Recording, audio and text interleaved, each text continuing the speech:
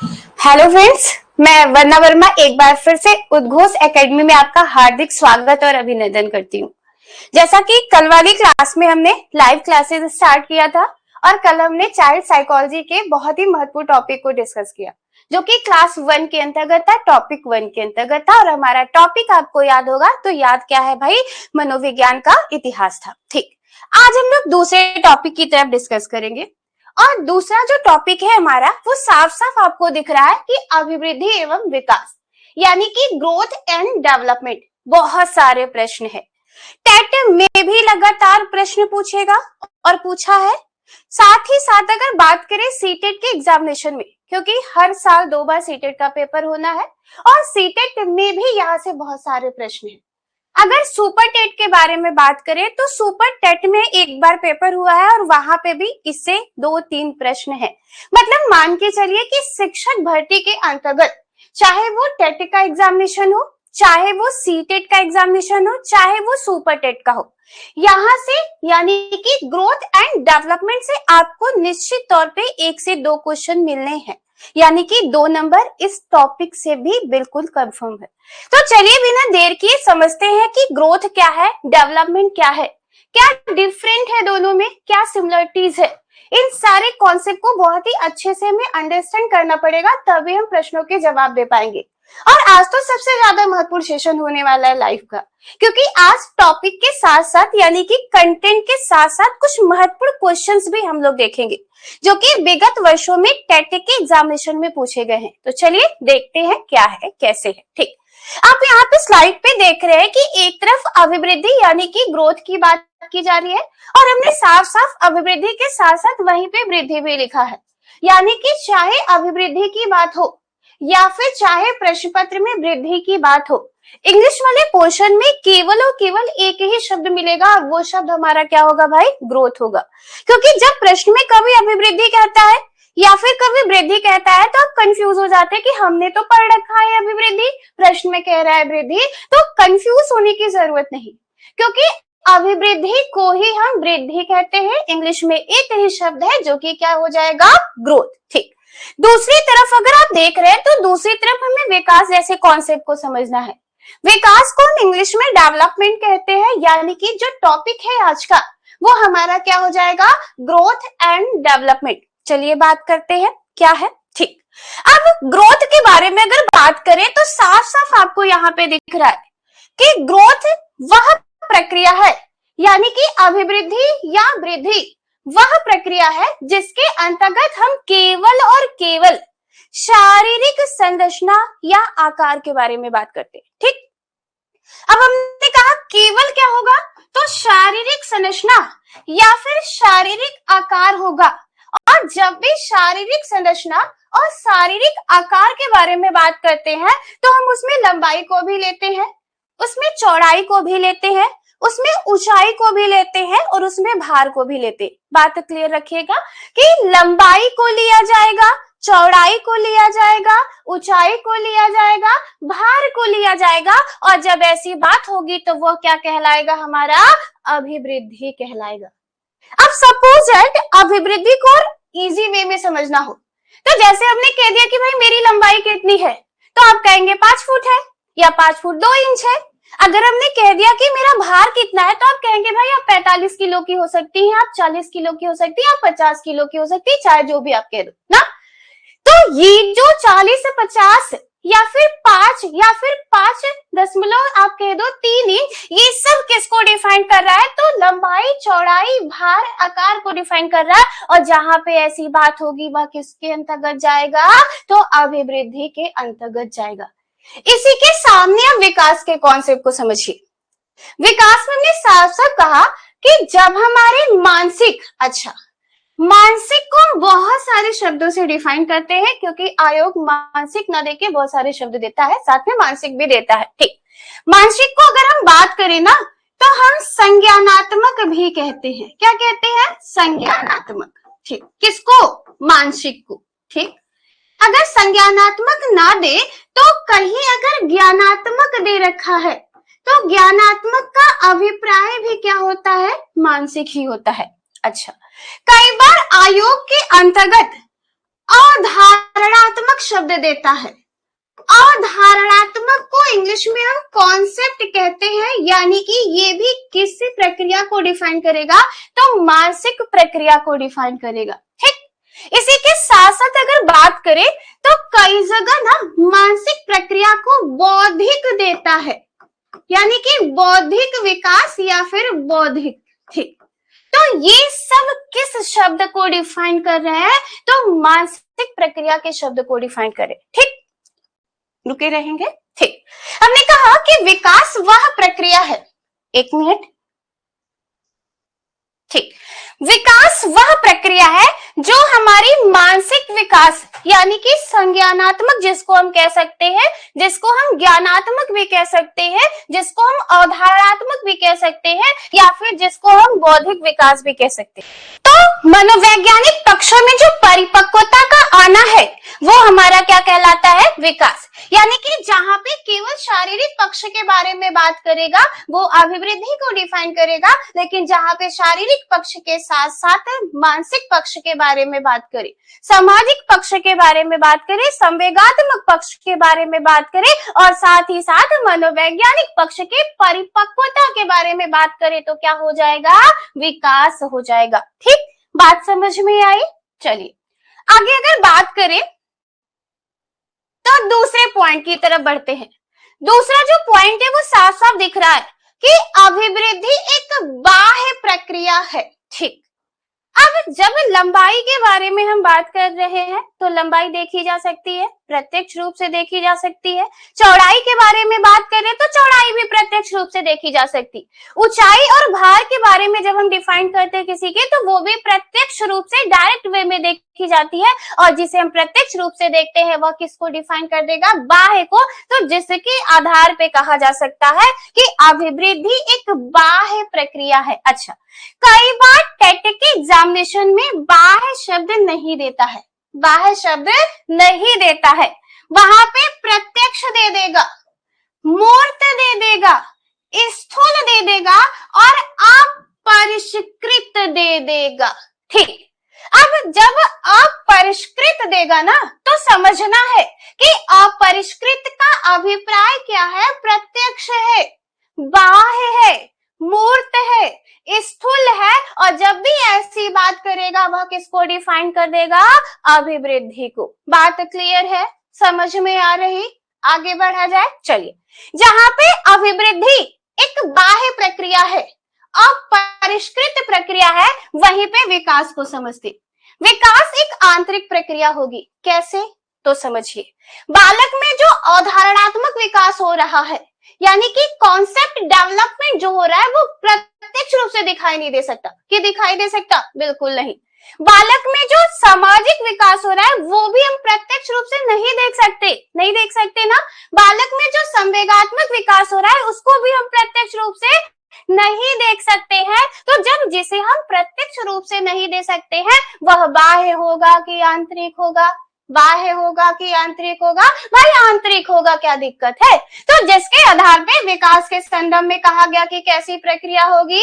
आंतरिक प्रक्रिया होगी, और अभिवृद्धि के संदर्भ में क्या कहा गया? कि बाह्य प्रक्रिया होगी। ठीक, जैसे हमने कहा अभिवृद्धि के अंतर्गत बाह्य को ही हम प्रत्यक्ष कहते हैं, प्रत्यक्ष को ही मनोविज्ञान में मूर्त, स्थूल, अपरिष्कृत की प्रक्रिया कहा गया है। उसी तरीके से विकास के अंतर्गत जो आंतरिक प्रक्रिया पाई जाती है उसे हम अप्रत्यक्ष भी कहते हैं, उसे हम मनोविज्ञान में सूक्ष्म भी कहते हैं, उसे हम मनोविज्ञान के अंतर्गत ना अपरिष्कृत भी कहते हैं।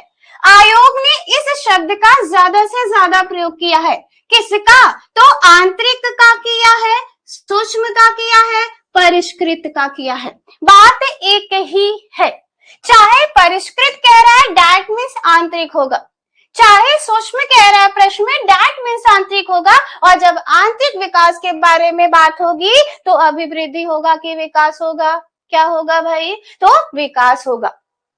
उसी तरीके से हमने कहा जब अपरिष्कृत के बारे में बात होगी, स्थूल के बारे में बात होगी, बाह्य के बारे में बात होगी तो क्या कहलाएगा? हमारा अभिवृद्धि कहलाएगा।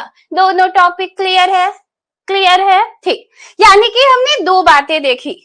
पहली बात ये कि अभिवृद्धि जो है वो शारीरिक संरचना में होने वाली वृद्धि को डिफाइन करता है। और विकास जो है वो हमारे मानसिक विकास को, सामाजिक विकास को, संवेगात्मक विकास को और साथ ही साथ हमारे मनोवैज्ञानिक पक्षों में होने वाली परिपक्वता को डिफाइन करता।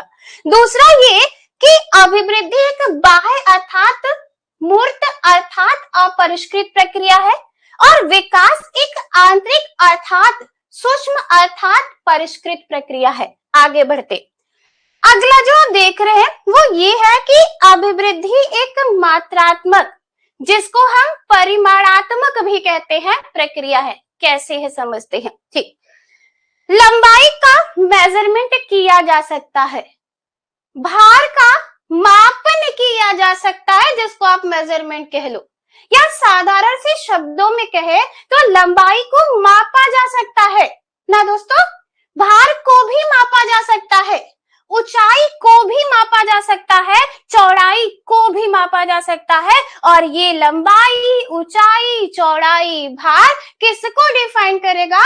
अभिवृद्धि को कि विकास को? अभिवृद्धि को। और जब मापा जा रहा है तो मात्रात्मक हुआ। कैसी प्रक्रिया होगी? मात्रात्मक। आयोग बहुत बार पूछा है ये प्रश्न, कई बार रिपीटेड है कि अभिवृद्धि एक प्रक्रिया है। तो अभिवृद्धि एक मात्रात्मक प्रक्रिया है। कैसी प्रक्रिया है? मात्रात्मक। क्यों? क्योंकि अभिवृद्धि मापन योग्य है, यानी कि उसे मापा जा सकता है। अच्छा, कई बार मात्रात्मक शब्द ना देके ना ऑप्शन में परिमाणात्मक शब्द देता है, तो परिमाणात्मक का अभिप्राय भी मेजरमेंट से यानी कि मापन से ही है। अब चाहे मात्रात्मक के बारे में बात करें, चाहे परिमाणात्मक के बारे में बात करें, वह अभिवृद्धि को डिफाइन करेगा, ना कि किसको भाई?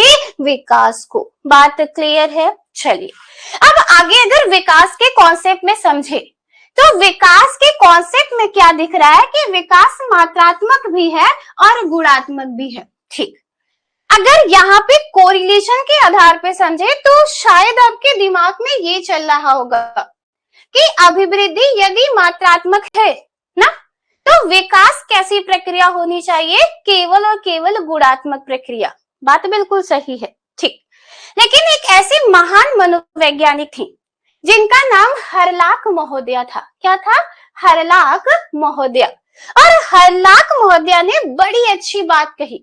उन्होंने कहा क्या कि किसी की गुणों की व्याख्या हम तभी कर सकते हैं, बात समझिएगा, कि किसी की गुणों की व्याख्या हम तभी कर सकते हैं जब हमने उसके गुणों की तुलना की हो, जब हमने उसके गुणों को मापा हो, जब हमने उसके गुणों को परिमाणात्मक प्रक्रिया के अंतर्गत लिया हो, या फिर जब हमने उसके गुणों की मात्रात्मक पहलू पर बल दिया हो।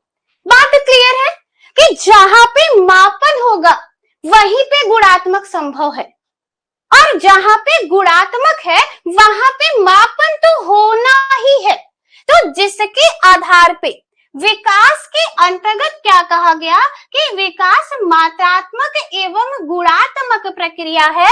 टेट के एग्जामिनेशन में ये बहुत बार पूछा है। यानी कि अभिवृद्धि केवल कैसी प्रक्रिया होगी? मात्रात्मक प्रक्रिया। या मात्रात्मक ना देके कौन सा शब्द देगा? परिमाणात्मक प्रक्रिया। कोई दिक्कत नहीं। अच्छा, इन दोनों को ना देके यदि कह दे मापन प्रक्रिया है, कोई दिक्कत है किसी को? कोई समस्या नहीं। मापन को इंग्लिश में हम मेजरमेंट कहते हैं, मात्रात्मक को भी इंग्लिश में हम मेजरमेंट कह सकते हैं, परिमाणात्मक को भी इंग्लिश में हम मेजरमेंट कह सकते हैं। यानी कि इन तीनों शब्द में जो भी दिया है आयोग ने वो सही है। किसको लेके? तब अभिवृद्धि को। दूसरी तरफ विकास मात्रात्मक भी है और गुणात्मक भी है। पूछा है, टेट के एग्जामिनेशन में पूछेगा। इनफैक्ट हमने पहले ही कहा कि ये जो टॉपिक है वो टेट के लिए भी महत्वपूर्ण है, सीटेट के लिए भी महत्वपूर्ण है और साथ ही साथ सुपर टेट के लिए भी महत्वपूर्ण है। यानी कि तीनों शिक्षक भर्ती के अंतर्गत ये बहुत ही महत्वपूर्ण है। अगर आयोग कहता है अभिवृद्धि एक प्रक्रिया है, ऑप्शन में मात्रात्मक दिया है तो मात्रात्मक सही होगा, ऑप्शन में परिमाणात्मक दिया है तो परिमाणात्मक सही होगा, या ऑप्शन में मापन दिया है तो मापन सही होगा। अगर कहते हैं विकास प्रक्रिया है तो पहला ऑप्शन मात्रात्मक देता है, दूसरा ऑप्शन केवल और केवल आयोग गुणात्मक देता है। सावधान रहिएगा, क्योंकि जैसे आपकी सावधानी हटेगी ना वैसे एक दुर्घटना होगा, और दुर्घटना ये होगा कि 1 नंबर गया। क्योंकि हम कोरिलेशन के आधार पे पढ़ते हैं तो हमें लगता है अभिवृद्धि मात्रात्मक है तो विकास कैसा होगा भाई, गुणात्मक होगा। तो इस गलतफहमी में मत रहिएगा, क्योंकि अभिवृद्धि तो मात्रात्मक है लेकिन विकास मात्रात्मक एवं कैसी प्रक्रिया हो जाएगी, कैसी प्रक्रिया हो जाएगी, गुणात्मक प्रक्रिया भी है। ठीक, आगे बढ़ते चलिए। अगर मात्रात्मक है तो क्वांटिटी ज्यादा होगी कि कम होगी? अब क्वांटिटी का मतलब क्या, कि संकुचित होगा कि व्यापक होगा भाई?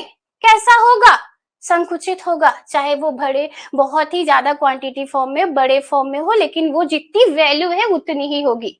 दैट मीन्स ये कि एक आयामी होगी इसमें, क्योंकि बहुत सारे आयाम नहीं है। यहाँ पे समझिए, हमने कहा कि अभिवृद्धि शारीरिक संरचना में होने वाली वृद्धि के विकास की प्रक्रिया को डिफाइन करता।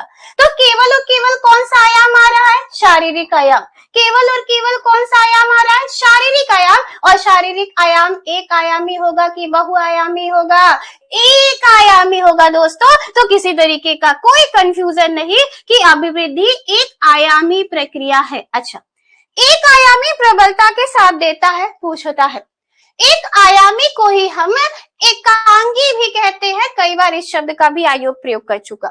इसी एक आयामी या एकांकी को हम एक पक्षीय भी कहते हैं, और प्रश्न ये भी टेट के एग्जामिनेशन में है। ठीक, जहां पे बार बार कहते हैं कि टेट में पूछा है, मतलब पॉसिबिलिटी ज्यादा है, प्रबलता ज्यादा है, रिपीटेड क्वेश्चन है। तो देखिए ध्यान से कि अभिवृद्धि केवल और केवल एक आयाम, और वो एक जो आयाम है वो हमारा शारीरिक आयाम है, उसको डिफाइन करता है। तो अभिवृद्धि एक आयामी हो गया। एक आयामी को ही हम एकांकी कहते हैं, उसी को हम एक पक्षी कहते हैं। दैट मीन्स अभिवृद्धि एक आयामी या फिर एकांगी या फिर एक पक्षीय प्रक्रिया है। कोई दिक्कत है किसी को? नहीं। आ जाओ, आगे देख रहे हैं विकास के कॉन्सेप्ट में। विकास में क्या एक आयाम के बारे में बात की जा रही है?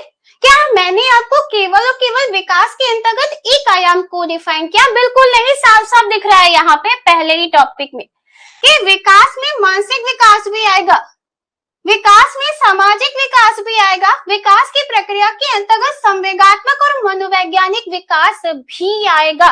तो जब एक आयाम तो है ही नहीं इसमें, और एक आयाम नहीं है तो एक आयामी होगी कि बहुआयामी होगी, एक आयामी होगी कि बहुआयामी होगी, कोई दिक्कत ही नहीं है। यानी कि विकास कैसी प्रक्रिया हो जाएगी? बहुआयामी प्रक्रिया हो जाएगी। ठीक, यानी अगर बात करें तो अभिवृद्धि एक आयामी और विकास क्या है भाई? बहुआयामी प्रक्रिया है। रुकेंगे, विकास क्या है? बहुआयामी प्रक्रिया है। अच्छा, इसी बहुआयामी को हम बहुपक्षीय कहते हैं। पॉसिबिलिटी से पूछा जा सकता, या फिर बहुमुखी कहते हैं, पूछता है। हमने इसके साथ साथ साफ साफ कहा कि पॉसिबिलिटीज है, लेकिन हमने बहुआयामी और बहुमुखी को कहा कि पूछता है। दैट मीन्स पूछता है, यानी कि विकास बहुपक्षी, बहुआयामी या फिर बहुमुखी प्रक्रिया है। तो दोस्तों इतने सिमिलरिटीज के आधार पे अगर बात करें, इतने कंटेंट को लेके बात करें, तो अगर कोई कंफ्यूजन है तो जाइए कमेंट बॉक्स पे, वहां पे हमें बताइए कि आपको किस टॉपिक में, किस अभिवृद्धि या विकास में क्या दिक्कत हो रही समझने में, अन्यथा आगे बढ़ा जाए। अगर कोई दिक्कत है तो जल्दी से लाइव क्लासेस के अंदर जाइए, वहां पे कमेंट कीजिए ताकि उस बात को समझाने की कोशिश की जाए, आगे बढ़ा जाए। चलिए आगे बात करते हैं। आगे अभिवृद्धि का अगला जो पॉइंट दिख रहा है वो ये दिख रहा है कि अभिवृद्धि एक निश्चित समय तक चलने वाली प्रक्रिया है। बात बिल्कुल सही है भाई, कि जो हमारी लंबाई बढ़ती है वो क्या वृद्धावस्था तक बढ़ेगी जब तक हम बूढ़े हो जाएंगे? ना, ऐसा नहीं होना।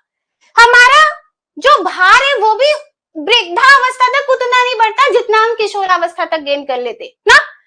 तो ये तो एकदम निर्धारित है कि अभिवृद्धि जो है एक निश्चित समय तक चलने वाली प्रक्रिया है। अच्छा, मनोविज्ञान के अंतर्गत यानी कि बाल विकास, जिसको आप चाइल्ड साइकोलॉजी कहते हैं, ठीक, उसके अंतर्गत अगर बात किया जाए तो जब हम सिलेबस डिस्कस कर रहे थे और उसमें हम बाल विकास की अवस्थाओं को देख रहे थे, तो आपको याद हो तो हमने बताया उसमें क्या था कि बहुत सारी अवस्थाएं हैं बालक के विकास की, भिन्न भिन्न मनोवैज्ञानिकों के अनुसार, लेकिन शैक्षिक दृष्टि से मनोवैज्ञानिकों के आधार पे केवल और केवल 3 ही अवस्था में पढ़नी है, जो टेट में भी आएगा, सी टेट में भी आएगा और सुपर टेट में भी। और वो 3 अवस्थाएं थी कौन सी? तो पहली अवस्था शैशवावस्था थी, दूसरी अवस्था बाल्य अवस्था थी और तीसरी अवस्था किशोरावस्था। ये पढ़ेंगे हम लोग अगली वाली क्लास में, ठीक।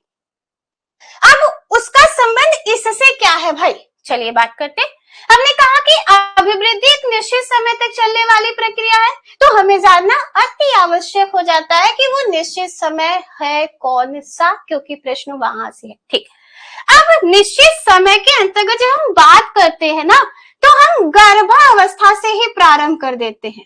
गर्भावस्था, कहां से? गर्भावस्था। अच्छा, गर्भावस्था को हम एक और नाम से जानते हैं, जिसे हम प्रसव पूर्व काल की अवस्था कहते हैं। प्रश्न पूछता है दोस्तों, गर्भावस्था को ही हम क्या कहते हैं? प्रसव पूर्व काल की अवस्था। अच्छा, तो गर्भावस्था से ही अभिवृद्धि यानी कि ग्रोथ की प्रक्रिया प्रारंभ हो जाती है। और कब तक चलती है? क्योंकि इसकी एक निश्चित समय अवधि है। क्या है? निश्चित समय अवधि है। तो कब तक चलती है? तो वो समय अवधि कौन सी हो जाएगी? किशोरावस्था। प्रश्न पूछता है और पूछेगा, कई बार रिपीटेड है, ठीक। यानी कि अगर कह दे कि अभिवृद्धि की प्रक्रिया प्रारंभ होती है, तो अभिवृद्धि की प्रक्रिया माँ के गर्भ में से ही प्रारंभ हो रही है। किसके गर्भ से? माँ के गर्भ में से ही। और वो माँ के गर्भ की अवस्था को हम क्या कहते हैं दोस्तों? गर्भावस्था कहते हैं। क्या कहते हैं? गर्भावस्था। और उसी गर्भावस्था को हम क्या कहते हैं? प्रसव पूर्व काल की अवस्था कहते हैं। पढ़ेंगे ये अवस्था, क्योंकि प्रश्न है यहाँ से और वो यहाँ पे भी पूछा है, ठीक। अब जब कह रहे हैं कि अभिवृद्धि एक निश्चित समय तक चलने वाली प्रक्रिया है, तो वो गर्भावस्था से कहां तक चलेगी? किशोरावस्था तक। हुआ कि नहीं निश्चित समय अवधि? हुआ कि नहीं निश्चित समय अवधि? है ना। अब अगर बात करें विकास को लेके, तो विकास के संदर्भ में दिख रहा है कि विकास निरंतर चलने वाली प्रक्रिया है। अच्छा, बात समझते हैं, निरंतर क्यों चल रही है विकास की प्रक्रिया?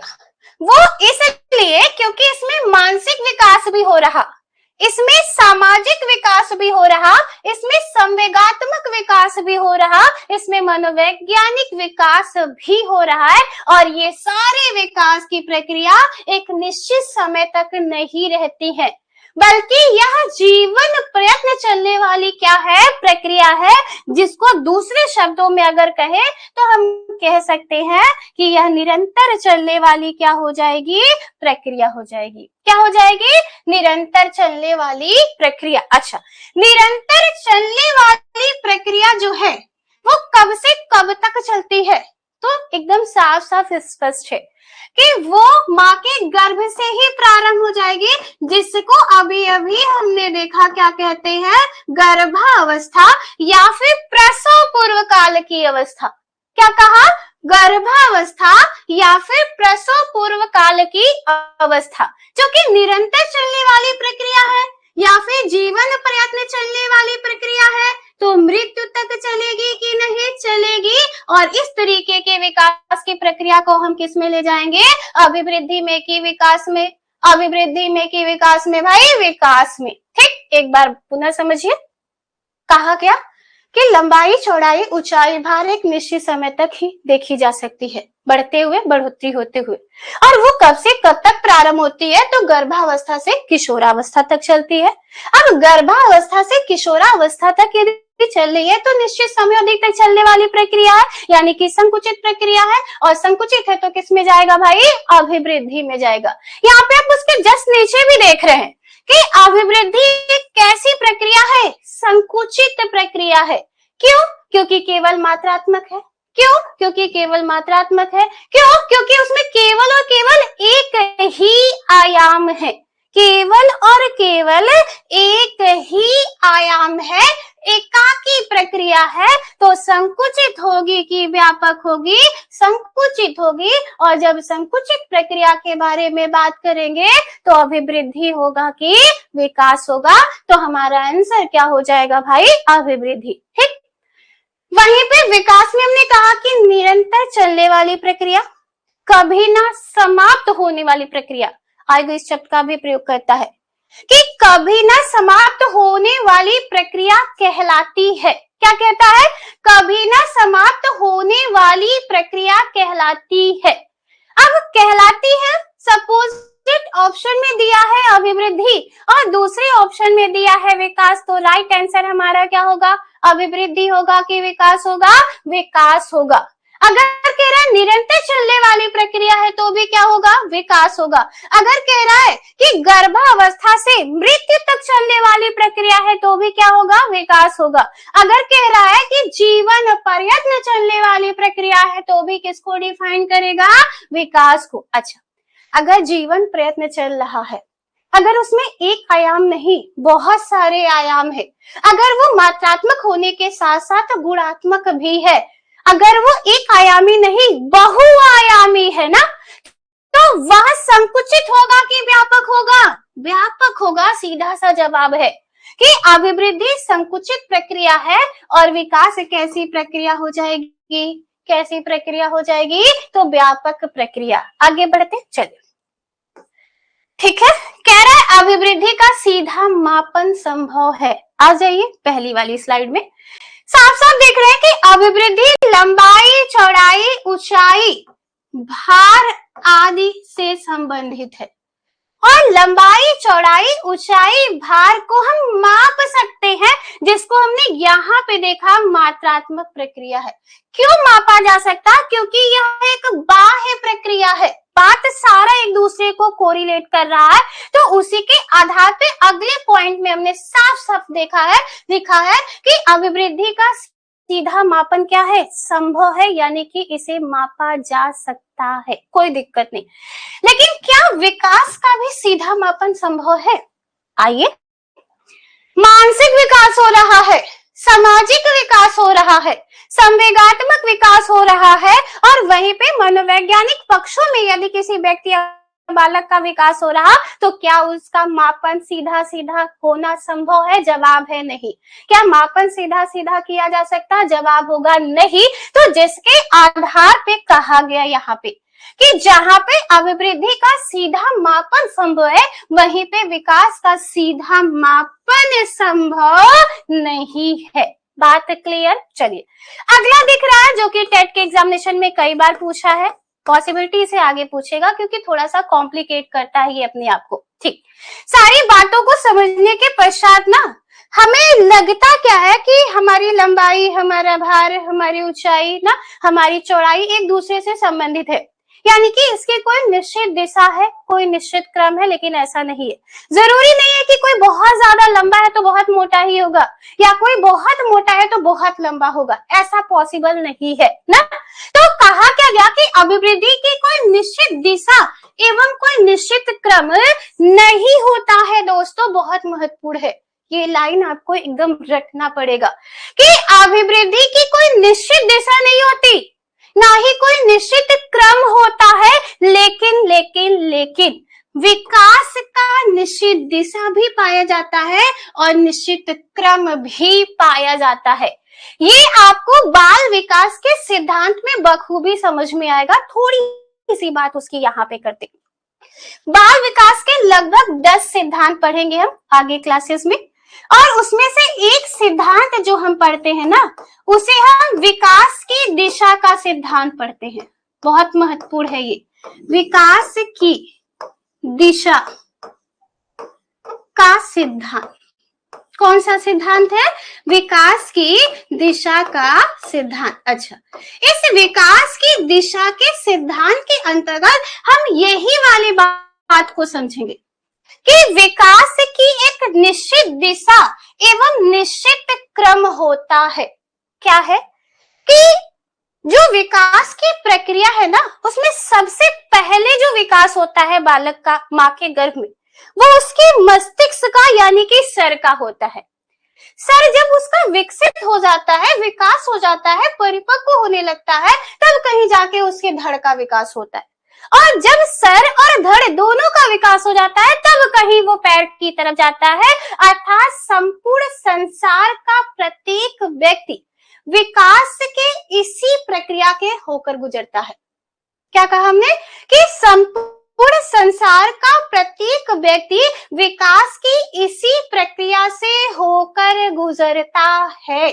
यानी कि पहले उसके सिर का विकास होगा, फिर धड़ का विकास होगा, फिर कहीं उसके पैर के विकास की प्रक्रिया होती। तो आप बताए हमें कि विकास की एक निश्चित दिशा एवं क्रम है कि नहीं है? क्या दिक्कत है? और वो निश्चित दिशा एवं क्रम किससे किसकी तरफ है? तो सिर से किसकी तरफ होगा? पैर की ओर होगा। सिर से किसकी ओर होगा? पैर की ओर होगा। और संपूर्ण संसार में प्रत्येक व्यक्ति के विकास की प्रक्रिया इसी से होकर गुजरती है। तो हम कह सकते हैं कि विकास के निश्चित दिशा एवं क्रम पाई जाती है। इसे हम बहुत सारे नामों से डिफाइन करते हैं कि सिर से पैर की ओर के विकास की प्रक्रिया कहलाती है, संबंधित है। अब वो नाम क्या है? तो इसे हम सिफेलोकोडल भी कहते हैं। सिफेलोकोडल संबंधित है अगर पूछता है तो सिर से पैर, आगे अगली क्लास में हम पढ़ेंगे। इसे हम सिरा पुक्षे भी कहते हैं, यानी कि सिर से किसकी तरफ? पैर की तरफ ना। इसे हम शीर्षगामी भी कहते हैं, इसे हम शिरोपुंज भी कहते हैं, इसे हम सिफेलोकोडल भी कहते हैं, इसी को साथ साथ इसे हम मस्तादोमुखी भी कहते हैं। वो सारे शब्द हम पढ़ेंगे और ये सारे शब्द विकास की दिशा को डिफाइन करते हैं, वो भी निश्चित दिशा एवं क्रम को। और वो निश्चित दिशा एवं क्रम किससे किसकी तरफ जा रहा है? पैर से सिर की तरफ कि सिर से पैर की तरफ? सिर से पैर की ओर। और इस बात से यह बात स्पष्ट है कि जहां अभिवृद्धि की कोई निश्चित दिशा एवं क्रम नहीं होती है, वहीं पे विकास की एक निश्चित दिशा एवं क्रम पाई जाती है। ये तो था अभिवृद्धि एवं विकास में अंतर। जब भी अभिवृद्धि के बारे में बात करेगा, केवल शारीरिक पक्ष पर बल दीजिएगा। शारीरिक पक्ष में लंबाई, चौड़ाई, ऊंचाई, भार के बारे में बात करेगा तो अभिवृद्धि कहलाएगा। जब शारीरिक पक्ष के साथ साथ मानसिक पक्ष, सामाजिक पक्ष, इनफैक्ट भाषात्मक पक्ष, संवेगात्मक पक्ष और मनोवैज्ञानिक पक्ष के में बात करेगा तो वो क्या कहलाएगा? विकास। अगर कह दे परिपक्वता का संबंध है या विकास का संबंध है, तो साफ साफ हमने कहा कि जब भी परिपक्वता यानी कि मैच्योरिटी के बारे में बात होगी तो वह किसको डिफाइन कर देगा? विकास। बाह्य प्रक्रिया है, विकास आंतरिक प्रक्रिया है। ठीक, बाह्य को हम अपरिष्कृत कहते हैं, टेट के एग्जामिनेशन में पूछता है इसलिए बार बार बता रहे। वहीं पे आंतरिक को हम परिष्कृत कहते हैं, टेट के एग्जामिनेशन में पूछा है। ठीक, अगर विकास के संदर्भ में ना देखे, पहले अभिवृद्धि को देखे तो अभिवृद्धि मात्रात्मक या परिमाणात्मक है, पूछा है, पहले ही बताया। विकास मात्रात्मक के साथ साथ गुणात्मक है, ये भी बात क्लियर है। अगला क्या है? अभिवृद्धि एकांगी यानी कि एक आयामी है, विकास बहुआयामी, बहुमुखी या बहुपक्षीय पूछा है, पूछेगा। आगे इधर देख ले आप, तो हमने कहा निश्चित समय अवधि तक चलने वाली प्रक्रिया क्या कहलाएगी? अभिवृद्धि कहलाएगी। वो निश्चित समय अवधि गर्भावस्था से कब तक होगा? किशोरावस्था तक होगा। वहीं पे विकास पे हमने कहा जीवन प्रयत्न निरंतर या कभी न समाप्त होने वाली प्रक्रिया है, और वो भी कब से प्रारंभ होगा? तो गर्भावस्था से। गर्भावस्था को ही हम क्या कहते हैं? तो प्रसव पूर्व काल की अवस्था। और कब तक चलेगा? तो जब तक व्यक्ति मृत्यु को प्राप्त ना हो जाए, यानी कि मर ना जाए, तब तक चलने वाली प्रक्रिया क्या कहलाएगी? विकास। संकुचित है तो अभिवृद्धि होगा, व्यापक है तो विकास होगा, सीधा मापन संभव है तो अभिवृद्धि है, सीधा मापन संभव नहीं है तो विकास है। इसकी कोई निश्चित दिशा एवं क्रम नहीं होती है, अभिवृद्धि होगा, इसकी निश्चित दिशा एवं क्रम होती है तो क्या हो जाएगा, विकास। आई होप कि सारी बातें आपको बहुत अच्छे से समझ में आई होगी। समझ में आई? चलिए, अगर ये टॉपिक बहुत अच्छे से समझ में आ गई है तो इससे रिलेटेड विगत वर्षों से कुछ प्रश्न है मेरे पास, तो पहले उनको देखते हैं, फिर बाद में बात करते हैं आगे। ठीक, प्रश्न की तरफ अगर बात करें तो ये सारे प्रश्न आपके टेट के एग्जामिनेशन में ही पूछे हुए हैं किसी ना किसी ईयर में, और सारे जो प्रश्न है वो अभिवृद्धि एवं विकास से ही जुड़े हुए हैं। तो सारे प्रश्नों का उत्तर देते जाइएगा, हम प्रश्न कर रहे हैं, ध्यान से सुनिए। चलिए, जैसा कि पहला प्रश्न दिख रहा होगा आपको स्क्रीन पे कि परिपक्वता का संबंध है, किससे होगा? जल्दी बताइए भाई, कमेंट कीजिए सारे लोग कि परिपक्वता का संबंध किससे है। अच्छा, वृद्धि से होगा क्या? नहीं, नहीं ना, काट दे इसको। चलिए, सृजनात्मकता के बारे में कोई बात हुई क्या इस टॉपिक में? नहीं, काट दिया जाए। चलिए, रुचि के बारे में कोई बात हुई क्या? नहीं, तो बचा क्या? विकास, जैसा कि स्लाइड 1 में ही था। स्लाइड 1 में साफ साफ दिखाया था हमने कि परिपक्वता शब्द अगर पूछ रहा दे रहा तो वो किसको कोरिलेट करेगा? विकास की प्रक्रिया को, ना कि किसको? अभिवृद्धि को। तो यहीं से तो प्रश्न है कि परिपक्वता का संबंध है, तो परिपक्वता का संबंध किससे हो जाएगा? ऑप्शन ए से, और ऑप्शन ए में साफ साफ दिख रहा है, क्या लिखा है? विकास लिखा है। कोई दिक्कत, कोई कंफ्यूजन इस प्रश्न के आंसर को देने में? कोई समस्या? चलो आगे बढ़ते। अगला जो है दिख रहा है क्वेश्चन हमारा, वो जन्म से मृत्यु तक चलने वाली प्रक्रिया। बिना देर किए स्लाइड पे आ जाते। जन्म से मृत्यु तक चलने वाली प्रक्रिया, जन्म से मृत्यु तक चलने वाली प्रक्रिया क्या कहलाती है? विकास कहलाती है। अब देखना ये है कि ऑप्शन में विकास है दिया है क्या? ठीक, तो जन्म से मृत्यु तक चलने वाली प्रक्रिया के ऑप्शन में पहला ऑप्शन वृद्धि दिया है जो कि बिल्कुल गलत है, दूसरा ऑप्शन विकास दिया है जो कि बिल्कुल सही है। सही है, सही है।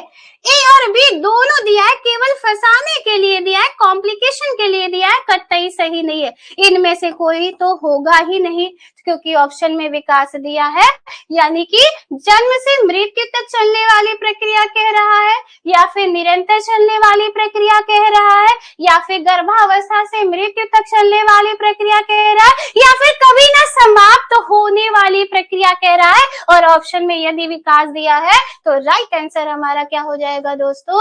विकास हो जाएगा। दोनों प्रश्न आपके विगत वर्षों के टेट के एग्जामिनेशन में पूछे हैं। अगर कोई समस्या आ रही है इस प्रश्न के आंसर को देने में, तो निश्चित तौर पे आपने अभिवृद्धि एवं विकास के कॉन्सेप्ट को सही तरीके से समझा नहीं है। समझिएगा, बार बार जाके वहां पे देखिएगा कि क्या क्या कहा गया, कैसे कैसे डिफाइन किया गया, क्या अभिवृद्धि और क्या विकास। आगे बढ़े, चलो। अगला जो तीसरा प्रश्न है हमारा, वो कह रहा है कि निम्नलिखित में से कौन सा कथन सही है? क्या प्रश्न है कि निम्नलिखित में से कौन सा कथन सही है? इस टाइप के प्रश्न बड़े खतरनाक टाइप के होते, क्योंकि सही है और नहीं सही है ये दोनों बहुत कॉम्प्लिकेट करता है। यहाँ पे कह रहा है कि सही है, तो देखते हैं क्या क्या दिया हुआ है ऑप्शन में। पहला कह रहा है कि परिपक्वता में अभ्यास का महत्व है, ठीक है, पॉसिबिलिटीज है। दूसरा कह रहा है परिपक्वता एक शारीरिक प्रक्रिया है ना, बिल्कुल नहीं। परिपक्वता एक शारीरिक प्रक्रिया नहीं, बल्कि परिपक्वता संज्ञानात्मक, भावात्मक, संवेगात्मक, मनोवैज्ञानिक, ये सारी प्रक्रियाओं के अंतर्गत आता, तो ये ऑप्शन नहीं सही है। कह रहा है कि परिपक्वता मृत्यु तक चलने वाली प्रक्रिया है, सही है, पॉसिबिलिटीज है। कह रहा है परिपक्वता में केवल मात्रात्मक बदलाव सम्मिलित है, बिल्कुल नहीं सही है, देख सकते हो आप पीछे जाके। ठीक, कह रहा है कि क्या प्रश्न था, एक बार देखते हैं।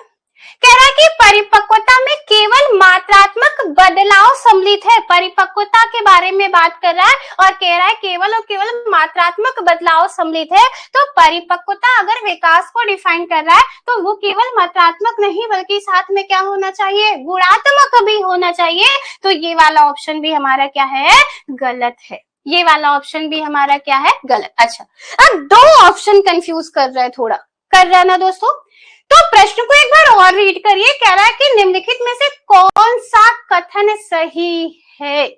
परिपक्वता में अभ्यास का महत्व होता है, पॉसिबिलिटीज है।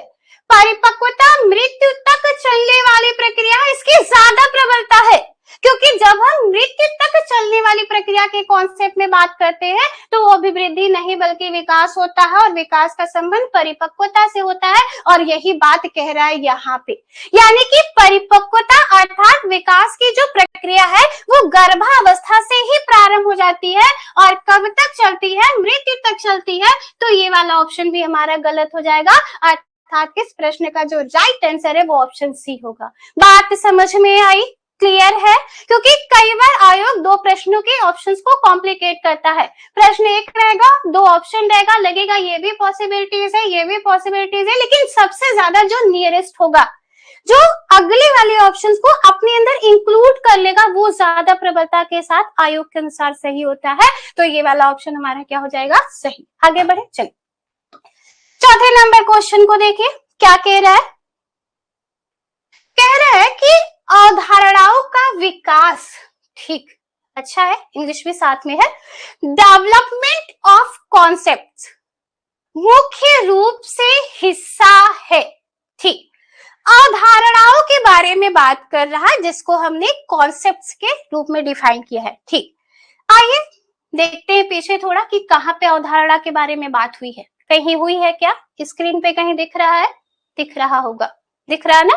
और अवधारणात्मक के बारे में हम किसमें बात किए हैं, विकास में। क्या अवधारणात्मक शब्द कहीं भी अभिवृद्धि में आया है, जवाब है नहीं, जवाब है नहीं। क्या विकास में आया है, तो जवाब है हाँ आया है, पहले ही पॉइंट में आया है, पहले ही डिस्क्रिप्शन में आया है। तो यानी जब भी अवधारणा के बारे में बात करेगा तो उसका जो संबंध होगा वो विकास से ही है, यही ना, ठीक। अब बात समझ में आ गई कि अगर कह दे कि अवधारणाओं का विकास मुख्य रूप से हिस्सा है तो अवधारणा को हम संज्ञानात्मक कहते हैं, संज्ञानात्मक को ही हम ज्ञानात्मक कहते हैं, उसी को हम मानसिक कहते हैं, उसी को हम बौद्धिक कहते हैं। स्लाइड 1 में साफ साफ था कि मानसिक विकास को हम संज्ञानात्मक, ज्ञानात्मक, अवधारणात्मक, बौद्धिक कहते हैं। तो यहाँ पे भी तो वही बात कर रहा है प्रश्न, यही ना। तो अवधारणाओं का विकास किसको डिफाइन कर रहा है, शारीरिक विकास को, बिल्कुल नहीं। शारीरिक विकास को नहीं, सामाजिक विकास को नहीं, संवेगात्मक विकास को नहीं। किसको डिफाइन कर रहा है दोस्तों, तो बौद्धिक विकास को डिफाइन कर रहा है, क्योंकि कॉन्सेप्ट्स का जो संबंध है वो हमारे इंटेलिजेंस फॉर्म से होता है, मानसिक क्षमता से होता है, बौद्धिक क्षमता से होता है, संज्ञानात्मक क्षमता से होता है, ज्ञानात्मक क्षमता से होता है। वो सारे एक ही शब्द है जिसको हम कॉग्निटिव डेवलपमेंट कहते हैं। पढ़ेंगे आगे, वहां पे और अच्छे से बात समझ में आ जाएगी। लेकिन यहाँ पे भी समझना है आपको कि अवधारणाओं का अगर बात कर रहा है तो वो हमारे बौद्धिक विकास को डिफाइन करेगा। अगर बौद्धिक विकास की जगह संज्ञानात्मक विकास दिया है तो संज्ञानात्मक विकास सही हो जाएगा। यदि इन दोनों के अलावा ज्ञानात्मक विकास दिया है तो ज्ञानात्मक विकास भी सही होगा, और इन तीनों के अलावा अगर बौद्धिक विकास दिया है तो बौद्धिक विकास भी क्या होगा, सही होगा, जैसा कि इस प्रश्न में किया है। बात क्लियर? आगे बढ़े, समझ में आए दोनों प्रश्न, बढ़ा जाए आगे। चलो अगला प्रश्न कह रहा है कि अभिवृद्धि में ना परिवर्तनों को देखा व नापा जा सकता है, कैसा है। चलो दूसरे ऑप्शन की तरफ बढ़ते हैं। केवल देखा जा सकता है, नहीं ऐसा तो नहीं है। केवल नापा जा सकता है, ऐसा भी नहीं है। उपयुक्त में से कोई नहीं, ऐसा तो कोई ऑप्शन ही नहीं है। स्लाइड के आगे आप जाके देख सकते हैं, ठीक। कहा गया क्या कि अभिवृद्धि का सीधा मापन संभव है। अब सीधा मापन इसलिए संभव है क्योंकि वह एक बाह्य प्रक्रिया है, और बाह्य मतलब उसे देखा जा सकता है। बात क्लियर है इस स्लाइड से। तो आ जाइए क्वेश्चन पे, और क्वेश्चन में दे रहा है कि देखा व मापा जा सकता है, तो पांचवे का जो ऑप्शन ए है वो ज्यादा सही होगा, और वही सही भी है। आयोग ने उसे ही सही माना है। तो अभिवृद्धि में परिवर्तनों को हम देख भी सकते हैं। क्यों देख सकते हैं? क्योंकि वह बाह्य रूप में है। नाप भी सकते हैं, माप भी सकते हैं, क्योंकि वह बाह्य रूप में है। और केवल शारीरिक पक्ष के बारे में बात करता है, तो उसमें देखा व मापा जा सकता है वाला ऑप्शन, यानी कि पांचवा का ऑप्शन ए हमारा क्या हो जाएगा? सही। बात समझ में आई। चलो आगे बढ़ते अगले क्वेश्चन की तरफ। अगला जो क्वेश्चन हमारा दिख रहा है वो क्या दिख रहा है? खतरनाक क्वेश्चन है, कई बार पूछा है और आगे भी पूछने की प्रबलता है इस क्वेश्चन की, क्योंकि यहाँ पे वृद्धि भी दिया है और विकास भी दिया है। आयोग ने कई बार रिपीट किया, इसीलिए कहा भैया बहुत खतरनाक क्वेश्चन है। अब प्रश्न को समझना है। कह रहा है कि शारीरिक वृद्धि और विकास को कहते हैं। अच्छा, वृद्धि और विकास पे ही आप सब अटक जाते हैं कि भाई वृद्धि के बारे में भी बात कर रहा है, विकास के बारे में भी बात कर रहा है। तो वृद्धि मात्रात्मक प्रक्रिया है, विकास जो है गुणात्मक प्रक्रिया है। तो ऑप्शन हमारा यहाँ पे क्या होना चाहिए? अगर सपोजिट यहाँ पे विकास दिया होता तो आपको लगता है ऑप्शन हमारा विकास ही सही होगा, क्योंकि विकास जो है वो मात्रात्मक एवं गुणात्मक प्रक्रिया है। लेकिन दोस्तों यहाँ पे जो प्रश्न के सबसे पहले शब्द का प्रयोग किया है ना, वो ये किया है शारीरिक। और जब हम शारीरिक के बारे में बात करते हैं, ठीक, किसके बारे में? शारीरिक। तो शारीरिक संरचना किसको डिफाइन करती है? अभिवृद्धि को। किसको डिफाइन करेगी? अभिवृद्धि को। तो यहाँ पे जो ऑप्शन एक क्रिएट किया है अभिवृद्धि, वो वाला ऑप्शन हमारा क्या हो जाएगा? सही हो जाएगा, क्योंकि यहाँ पे शारीरिक पक्ष के बारे में बात कर रहा है, केवल और केवल शारीरिक आयाम के बारे में बात कर रहा है। और जब केवल और केवल शारीरिक आयाम के बारे में बात होता है तो वह विकास नहीं बल्कि क्या होगा? अभिवृद्धि होगा। तो राइट आंसर हमारा क्या हो जाएगा? अभिवृद्धि। कोई दिक्कत, किसी तरीके का डाउट अगर है तो कमेंट में बताइए, तब तक आगे बढ़ते हैं। चलिए ठीक, सातवां क्वेश्चन समझते हैं कि विकास शुरू होता है। ठीक है, शायद आपके पास इसका आंसर हो। विकास शुरू होता है। पहला ऑप्शन दे रहा है उत्तर बाल्यावस्था से। ऐसी कोई बात हुई क्या? ना। दूसरा दे रहा है प्रसव पूर्व अवस्था से। हुई? हाँ हुई है। तीसरा दे रहा है शैशवावस्था से। चौथा दे रहा है पूर्व बाल्यावस्था से। तो हमने आपसे साफ साफ कहा कि चाहे अभिवृद्धि हो चाहे विकास हो, दोनों की जो प्रक्रिया है, जो प्रारंभ होने की समयावधि है, वो गर्भावस्था से ही है। अंतर केवल इतना है कि अभिवृद्धि एक निश्चित समय तक चलती है और वो निश्चित समयावधि जो है वो गर्भावस्था से किशोरावस्था तक है, और विकास की कोई निश्चित समयावधि नहीं है।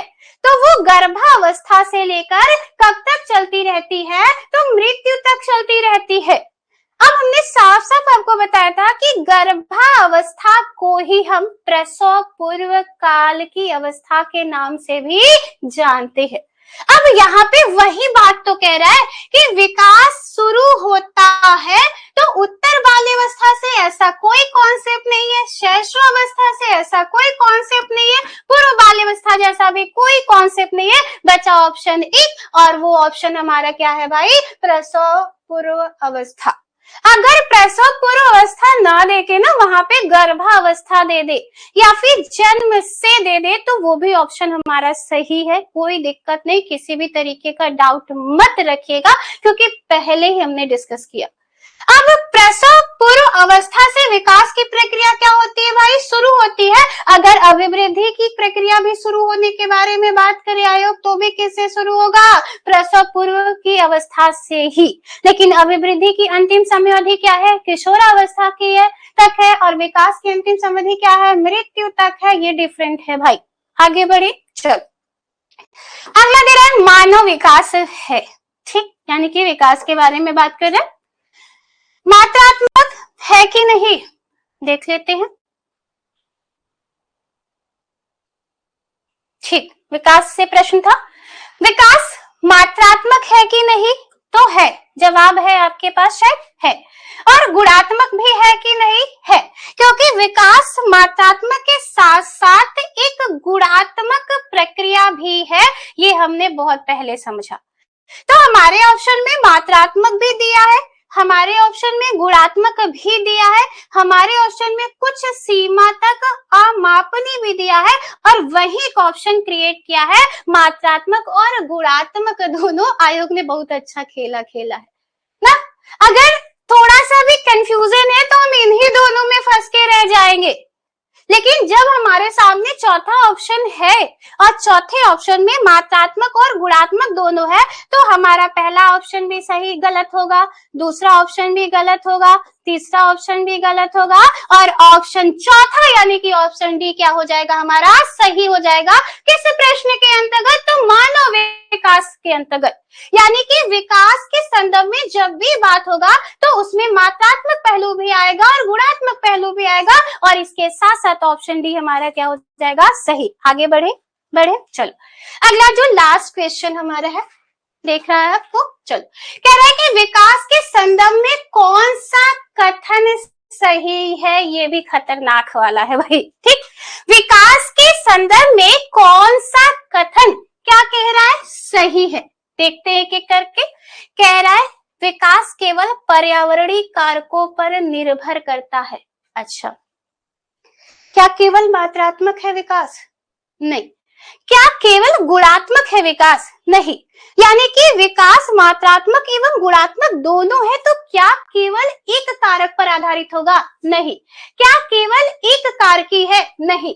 तो है क्या? बहुकारकी है, बहुआयामी है, और इसमें तो केवल एक कारक के बारे में बात कर रहा है, और वो कारक हमारा क्या है? पर्यावरणीय कारक है। यानी कि ऑप्शन ए हमारा बिल्कुल गलत है।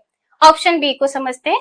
कह रहा है कि विकास केवल आनुवंशिक कारक, वही बात है, फिर से उसी तरीके की फंसाने की बात किया है। तो आनुवंशिक कारक पर भी आधारित नहीं है विकास, नहीं है ना, क्योंकि उसमें मात्रात्मक गुण भी है और गुणात्मक गुण भी है, क्योंकि वह संकुचित नहीं, व्यापक है, क्योंकि वह एक आयामी नहीं, बहुआयामी है, तो आनुवंशिक कारक भी नहीं होगा। ठीक, विकास कम समय के लिए होने वाला अस्थायी परिवर्तन, ये तो बिल्कुल नहीं है, नहीं है ना। कम समय कहाँ है? कहा गया विकास जीवन प्रयत्न चलने वाली प्रक्रिया है, विकास कभी ना समाप्त होने वाली प्रक्रिया है, विकास गर्भावस्था से लेकर मृत्यु तक चलने वाली प्रक्रिया है। तो कम समय के बारे में बात कर रहा है, तो ये ऑप्शन हमारा क्या है भाई? गलत है। बचा एक ही ऑप्शन जो कि कह रहा है विकास समग्र एवं व्यवस्थित रूप से निरंतर होता है, तो भाई एकदम सही है, क्योंकि विकास की एक निश्चित दिशा है, निश्चित क्रम है। जैसा कि पहले ही हमने कहा, तो वो व्यवस्थित फॉर्म में है, समग्र फॉर्म में है, व्यापक फॉर्म में है, और सबसे बड़ी बात कि निरंतरता के बारे में बात कर रहा है। तो निरंतरता को किस में डिफाइन करते हैं? विकास में डिफाइन करते हैं, ना कि अभिवृद्धि में। ये तो थे अभिवृद्धि एवं विकास से संबंधित कुछ महत्वपूर्ण प्रश्न जो विगत वर्षों में टेट के एग्जामिनेशन में पूछे हैं। आई होप कि आपको सारी बातें समझ में आई होंगी। अगर फिर भी कोई डाउट वाला सेशन है किसी प्रश्न को लेके, किसी टॉपिक को लेके, या फिर इसी से रिलेटेड, तो आप कमेंट में जाइए, वहां पे बताइए अपनी समस्या, हम जरूर आपका समाधान करेंगे। ठीक, और इसके साथ ही साथ जितना भी आज हमने पढ़ा, जो कि क्लास 2 चैप्टर 2 के फॉर्म में था, वो सारा आपको पीडीएफ के द्वारा अवेलेबल करा दिया जाएगा।